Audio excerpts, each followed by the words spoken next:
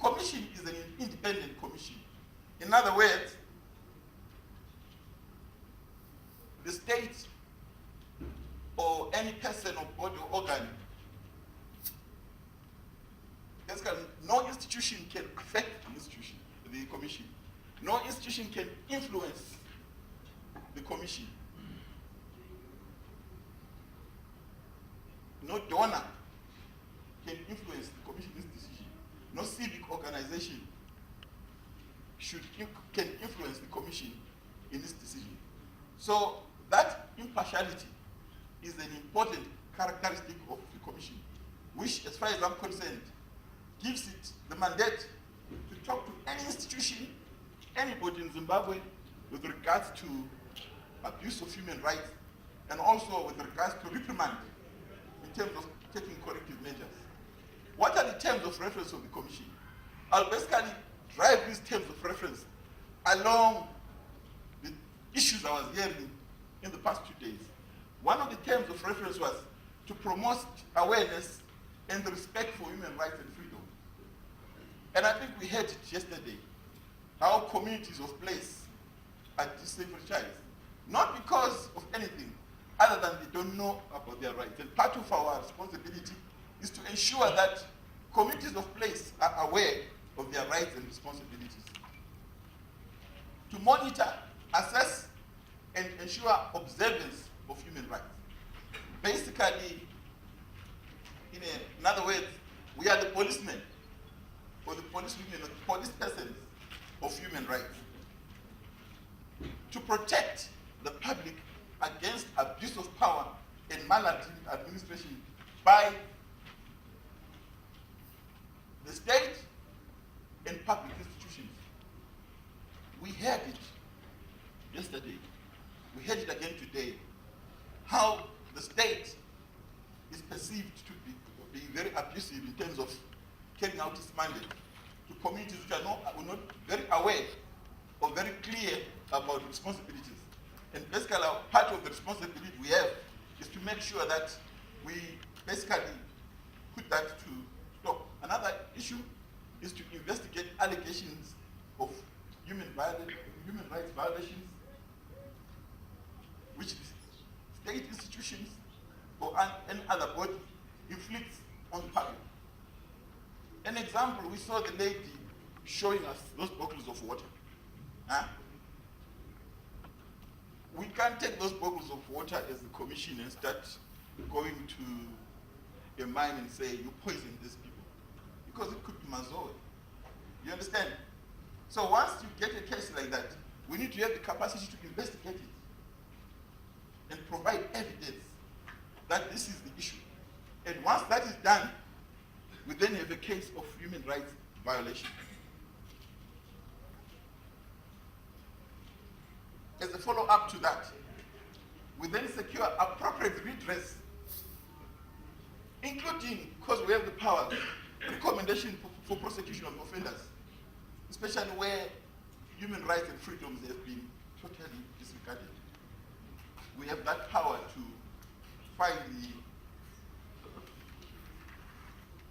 we talked about this.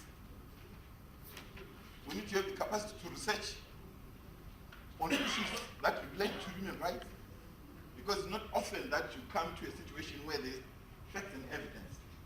You might just see an issue from a newspaper of someone, and you need the capacity to research. And I basically believe that that is where we need strong partnerships with institutions that have the capacity to conduct that research. And basically,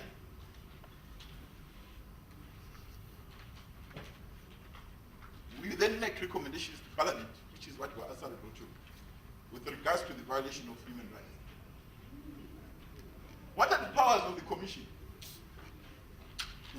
We can issue summons. You know what summons are? You have seen policemen. We can issue summons requiring any authority or person to come before the Commission. Doesn't matter who you are, as long as you are in Zimbabwe, you are in Zimbabwe. We can issue a summon and tell you, come and report to the Commission and answer for those issues.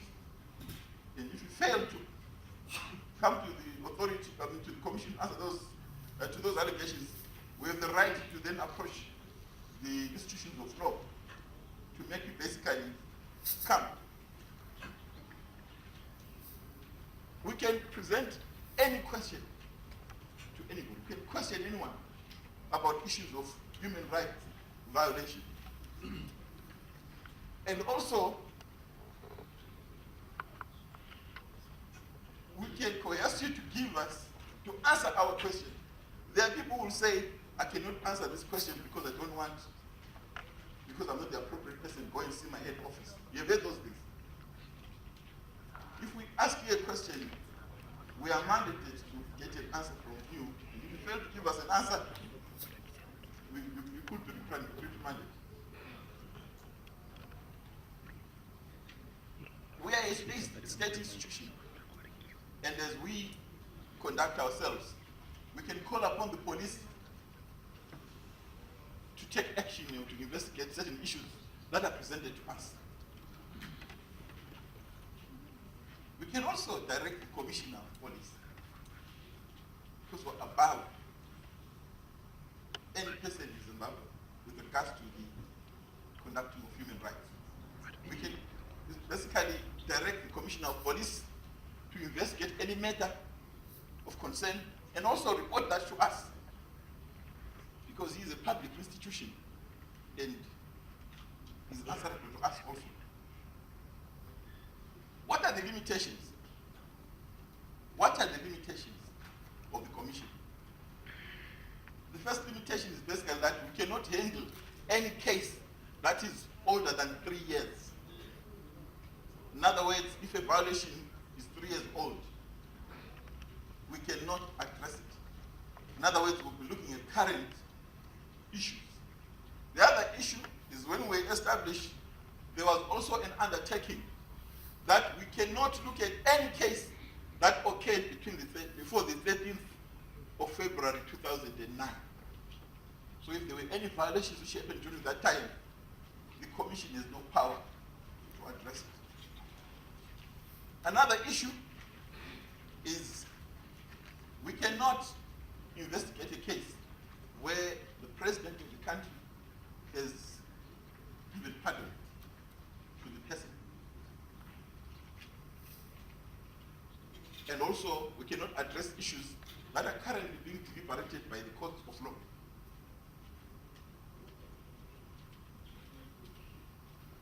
There are cases which deal with relationship between the government of Zimbabwe and the foreign power. The commission doesn't have jurisdiction over that. However, in the cases of foreign agents who are in Zimbabwe, if they commit acts of violence on Zimbabweans, like the case we've had with regards to Chiadwa, the commission has the mandate to address those issues. And also, we can address any issue that is committed by any Zimbabwean who is in this country. The commission has to find ways of then getting issues on its table and to be informed by the public and the various stakeholders on what is taking place. So it has formed thematic working groups.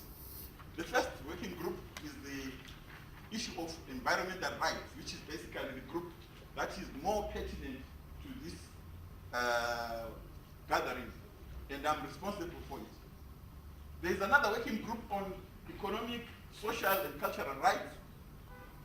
There is another group on women's rights and gender. There is another group on political rights. There is another group on special interest group rights. There is another one on international agreements and human rights. And then there's another one on capacity building organization on issues of human rights. From what I understood during your deliberations yesterday and today, all of this basket of rights basically were touched in this conference. So basically the commission is at your disposal to address some of these right violations you're talking about. The issue here is to talk about environmental rights. And I think we've heard it being said. Cases of environmental violation. There is an exploration of coal which is being done in Nottingham Farm in Bybridge by the Reserve Bank. They dug this place, left it like that, when they discovered that the coal deposit was not economic. Now it's full of water, poisoned water. Animals, wild animals and livestock are falling into it. And nobody, because wild animals can't talk, nobody is addressing the issue. It is a community hazard. We heard many stories about that. We heard issues about the informal miners. It's a human right that they earn a livelihood. But it's not a human right that they should destroy the environment for other people. We share this environment and we have to handle it responsibly. And these are the rights we need to deal with. We had yesterday issues of pollution. You'll be surprised how much hydrogen sulfide you smell. Once you smell that, it means you're being poisoned. Once you smell that, it means it's getting into your system. I had a colleague talking about granite yesterday. Said every morning your housewife is cleaning the table from dust. If that table is on dust, it is also in your lungs. Who is accountable for that? Now these are the issues we need to talk about. Where the stories of granite to talk of. More seriously, when we saw the lady telling us the issue of water pollution. Especially if you are being polluted and you don't know. Someone put it very strongly today that no more.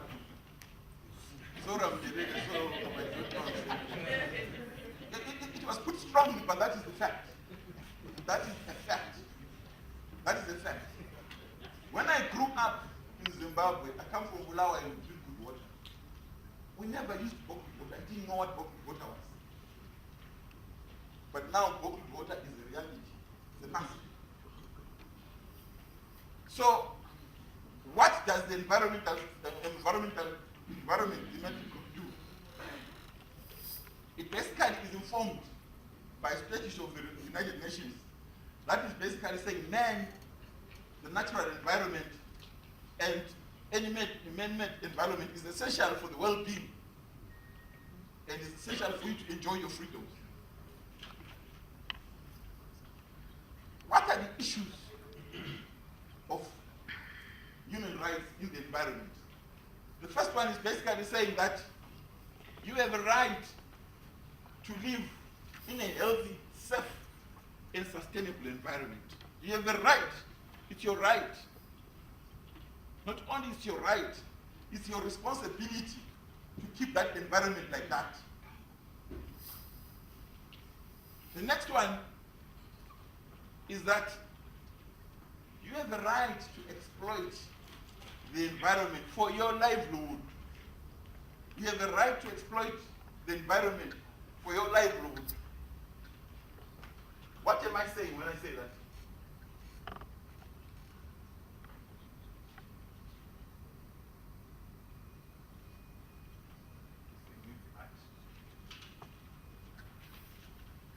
You have a right to access clean water, and you should not walk for a very long distance to look for clean water.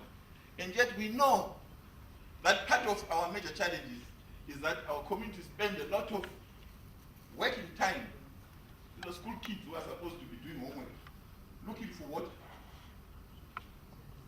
This is not only an issue of rural areas.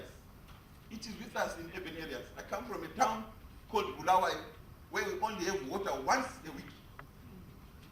Maybe you heard about the big flash. The dry season is with us right now. Communities have to dig pits in rivers to access water. And the condition of that water is not definitely. We saw it yesterday, we ate it. And yet there are technologies which are very simple, which the state could invest in, given the resources you guys have been talking about the whole morning, to basically improve access to water. It is a right that you open your tap and yet you accept situations where those rights are compromised. Another issue is energy. Energy.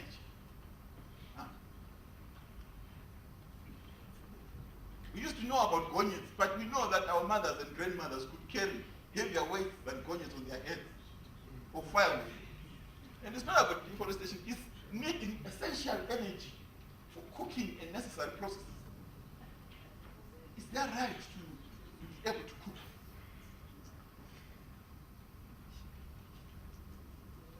Children have the right to have healthy lives, go to school.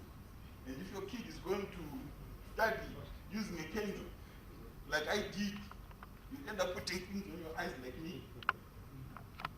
They have a right to access better means of energy, and it's the right, it's a function of the state to provide those issues. And these energies are available.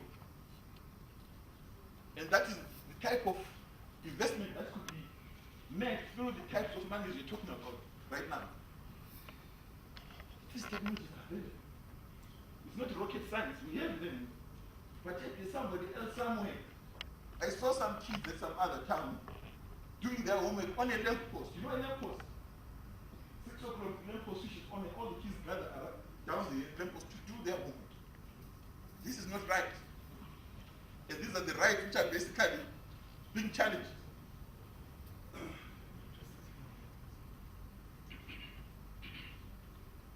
The other issue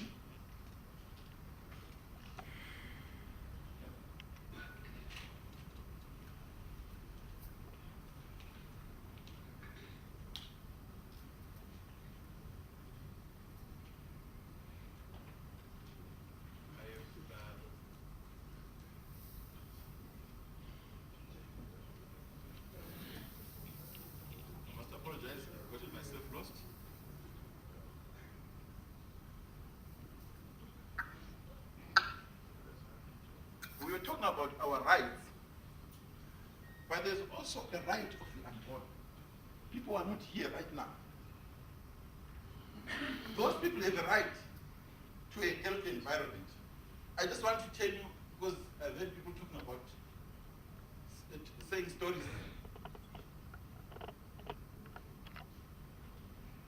When I grew up,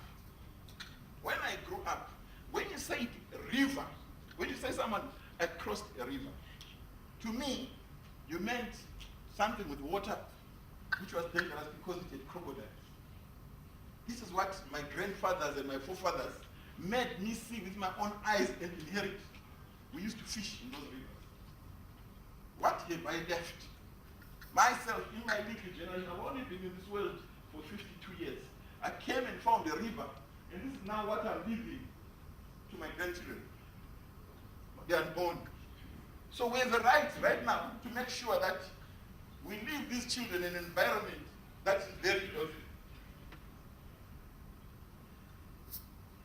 So the objectives of our subcommittee is basically to protect the environment. This is by passing laws and regulations that make the environment protected. Also ensure those institutions like mining companies that use these resources to utilize them sustainably, and also make sure that once they use them, there's remedial action. They correct. And we had an issue, suggestions of funds being created to make sure that these resources are there. So what are the terms of reference of this group? It's basically to address issues related to sustainable development, especially around the environment. To also follow up activities of key ministries, especially those ministries and departments that deal with environmental resources. Also, engage and have good working relationships with civic organizations like you. I think that's why we're invited here. So that we're informed, because civic organizations represent people. That you inform us about what are the real issues, and basically develop a strategy, which I hope is one of the issues we'll talk about here. Develop a strategy of saying, how do we form a partnership to address these issues? Of course, we also work with regional and international organizations to share best practices. Like I said before, we conduct special research on issues that require investigation.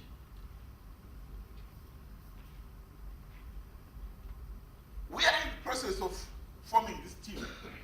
And for those who are Christians, you know that when Jesus started his crusade, he went to the river and looked for 12 fishermen. Yeah? There's been a lot of philosophy on why did he choose fishermen. So basically, I'm in the process of trying to identify institutions that could comprise our committee, so that we start working very quickly, because the issues we are presenting here are very urgent. One of our commissioners, who is myself, is going to be the chair of that committee. We are thinking of bringing in the director of the Ministry of Agriculture, because a lot of issues on the environment are about producing food, about tillage, about animals, about grazing. Zinwa. Water. It's a key issue. People accessing clean drinking water, people not being overcharged for accessing that human right. So we thought it would be important to have it here. Emma, you're all talking about Emma.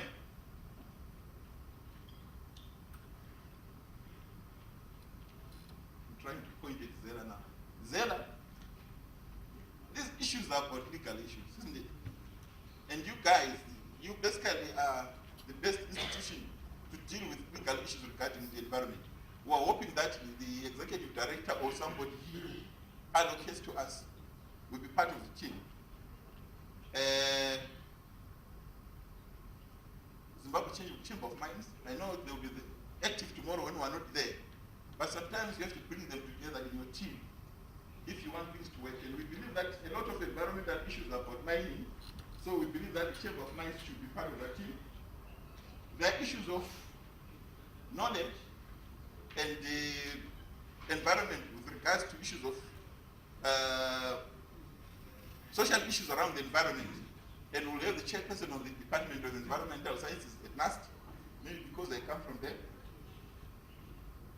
We're also wanting to have a private sector person, an environmentalist who is not aligned to anything but works in the private sector to work in the team. All these people will be commissioned under contract, and we hope to have at least 3 regular meetings a year. We're suggesting January, May, and September. We might have to change it depending on when we start. And we will also have extraordinary meetings when there is need to. How are we going to engage stakeholders? One of the methods of engagement of stakeholders is like this. Be invited to workshops which deal with issues of environment and communities. And from these, we collect evidence. We had a lot of issues which were being said. And we need to collect evidence. We are supposed to have a secretariat with the competence to collect that evidence. But in the absence of that secretariat, we are hoping that we will work in partnership with those people with that competence to collect that evidence. And once that evidence is collected, we engage the violator and redress the issue. Another way, which to me is the most important way, is basically to look at this case study which I put there. You've got this community which is harassed by this company that is polluting, pushing these fumes. It could be fumes, it could be polluting water, it could be damaging their pastures. They are being harassed. And that's the case we had here. But they won't understand that harassment until there's a civic organization like many of you who then engage this community and basically enlightens them about that harassment, so that their capacity built to understand that we are being harassed and their capacity built to advocate for their rights. And once that process happens, the community communities themselves engage the commission. And the commission engages the violator. The communities themselves advocate on the violator. And we believe that one way and process that we believe some of these issues will be dealt with. There's no bigger power and voice than community advocacy. Politicians listen. If a civic organization comes and presents itself to a politician, the agenda is not strong. But if a community comes to a politician and says, these are the issues we're facing, they will listen. Because the livelihood of politics is about you being accepted by your people, and you standing for your people, and your people voting for you. Sometimes, we can use secondary sources of information, like newspapers. You see an article in a newspaper, article somewhere posted by somebody, someone sneaking a letter under your desk. And these are issues which we will investigate, and if we get adequate evidence, we then engage the institution that is violated. Ladies and gentlemen, I rest my case. We are hoping that the Zimbabwe Commission for Human Rights is going to be there as the missing link to your ability to engage the state and also to engage all these violators who, as far as I was here, knew are the Goliaths of your lives. Thank you.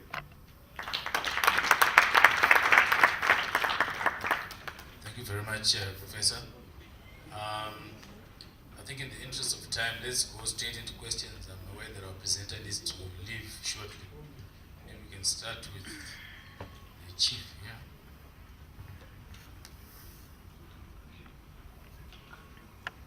Maskata Kanaka. Ndofunga tisatenda kulanji ndaza umumutauri ataura nenawo yekambani inonzi Anjini yemadhayamuzi kuchiyadzo. Vakabuda mashoko okutiko kune vechipurisa, kune masoja vanotosevenza vakapfeka uniform. Pana gadhi ari pasapo asingagoni kuchallenge vanhu ava nokuti anoona kuti vanhu vane simba zvikuru. Pane vashandi vari kudzvinyirirwa nokuda kwemari yepay vasingagoni kufesa vanhu ava nenyaya yekuti vanohlisa. Imwe muno human rights munozvitarisa here zvinoratidza kuti haisi nyaya yatanga nhasi sokutaura kwazvaitwa pano kana chiri chokwadi. Uye mubvunzo wechipiri unotiwo handizivi kuti vanhu vanodzvinyirirwa kana kuti vasingazivi marights avo ndivo vanouya kwamuri here kana kuti muna amwe maonera munoita kuti mubetsere vanhu vakatenderera nyika yose vari kudzvinyirirwa nokuda kwekuita vasingazivi kuti vari kudzvinyirirwa.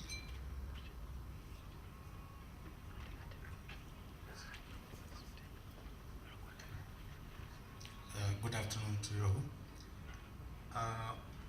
To our commissioner, I was looking at the composition of the stakeholders, and the issue that I have actually noted with great concern is that only one organization against how many? About, I don't know how many they are, about 6 or 7, is it? All the others who have been highlighted as stakeholders, they are equally important, but they are to blame in most cases in what we are trying to address. And it was actually highlighted of that organization, which is ZEL, of course, there will be only one director against all those people. These are the challenges that we are facing. When we talk of a community, I think I have a big problem when I attend the international meetings. We tend to take the structures, even our own governance structures here in Africa, the government itself. It's something that we inherited, which is not African. That's why we are facing all these problems. Who is the community leader? And where is the community leader in that composition? madzishe edu vari papi. When the land was taken, the issue of land, yes, it's because we are not recognizing it. Muridzi wenzvimbo ndiani, muridzi wedunhu ndiani. Kana muchida kuti ndife evidence in this court, buditsai chitupa chenyu, unoti panyorwa kunzi MP kana panyorwa kunzi chief, ndiye muridzi wedunhu. So all the programs that we organize, tokuvarongera zvinhu, touya kwavari, totimi adopt this. It's a wrong method. It doesn't work. Let the people speak. I like the approach that Zela actually did. The communities should come at Zishengawe on board and they steer the ship because they are the people on daily basis. While it's our MPs, all our guys, with due respect, they are here, but the people there are with the chiefs. The chiefs, they know exactly what is happening. They are the ones who are feeling the pain of contamination. They are the ones who are feeling the pain of all the atrocities that we're discussing here. So, Comrade Commissioner, I think the first people that you need to invite before you, others are technocrats, like Emma. And in Zwaifut, we refer to them as civil servants. They're not the masters. You know, we give them too much precedence over issues of the of governance to an extent that they end up as respecting even the community leadership. Then there's confrontation and there's no solution to all African problems. So, Commissioner, one director TC versus all those people, it will be an uphill task. They only see. You see, then you'll be now labeled a rebel, someone who doesn't understand, because he's the only one representing a constituency. How many are we there? All of us with different organizations being represented on that composition with one person. So you can imagine the amount of information and evidence that you'll be carrying. It will be too heavy for him. So to convince all those people, it's difficult. So the composition needs to be revised and accommodate some people who are very supportive. But the chiefs, Madzishedu, Masabu must be I think if the president realized it, but some of our technocrats are yet to look at their ideas and realize where they come from. Thank you.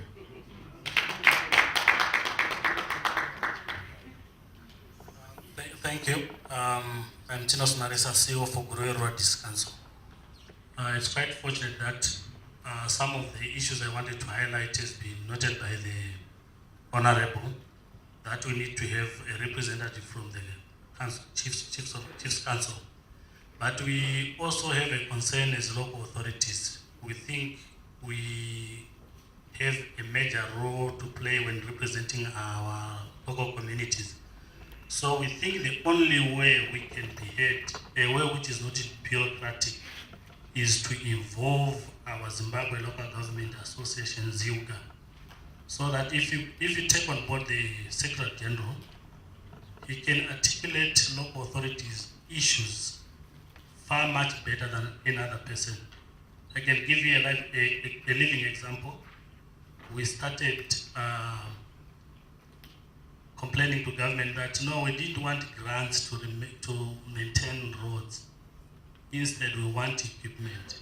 We were never heard until ZIUGA was taken on board as a board member in Zinara, and the association was heard. That's why you are now seeing a situation whereby the government is recapitalizing local authorities. So please, we are appealing that the Commission takes you on board. And we have also noted that with the coming in of this new cabinet, there is this ministry which has now the science and technology aspect, which is linked with the Ministry of Higher and Tertiary Education. We think that if that ministry could also be represented, then we can produce the right students who could easily articulate and be heard when they come to talk of the issue of the environment. Thank you.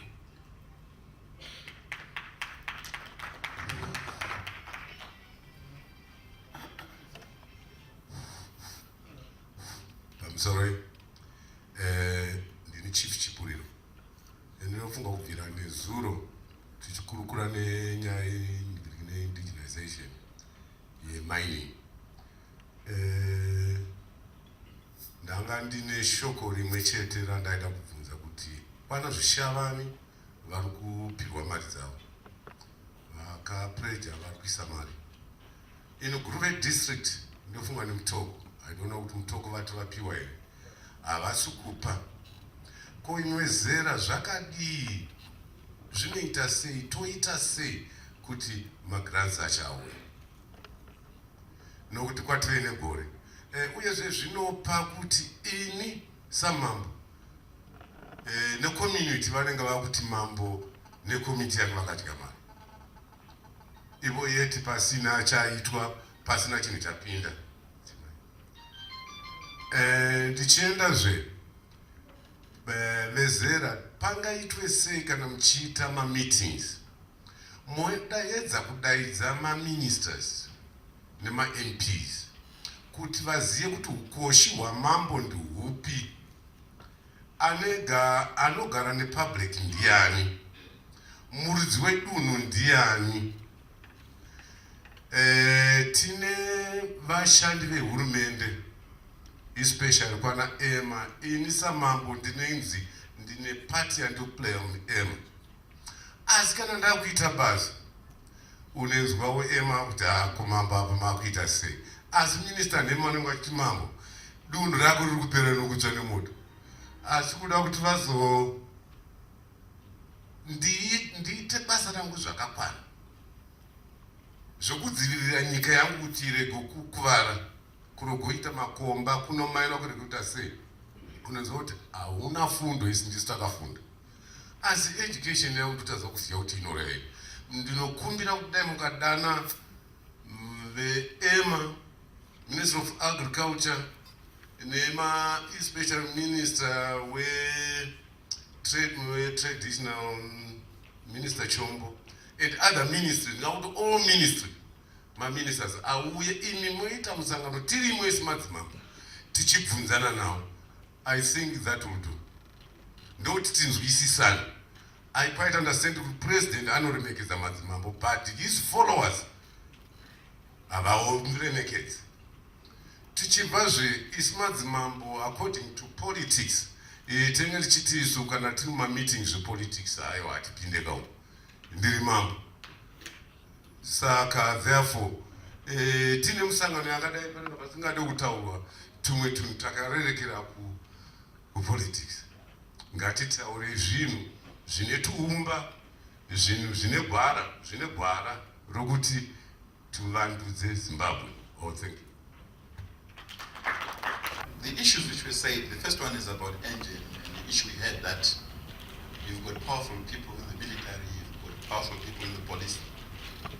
But if there are issues of human rights abuse by those individuals, and they are brought to the commission, and adequate evidence is provided that indeed those issues exist, there is nobody who is above the commission. The commission has the mandate to investigate that and bring whoever is abusing human rights to the book. So there is no one who is immune from the commission. What is important is credible evidence to be provided so that when these things are contested, it's beyond reasonable doubt that there was abuse of human rights. The other issue was, of course, there are people who know they are violated, so they can advocate. What about those people who don't know that they are being violated?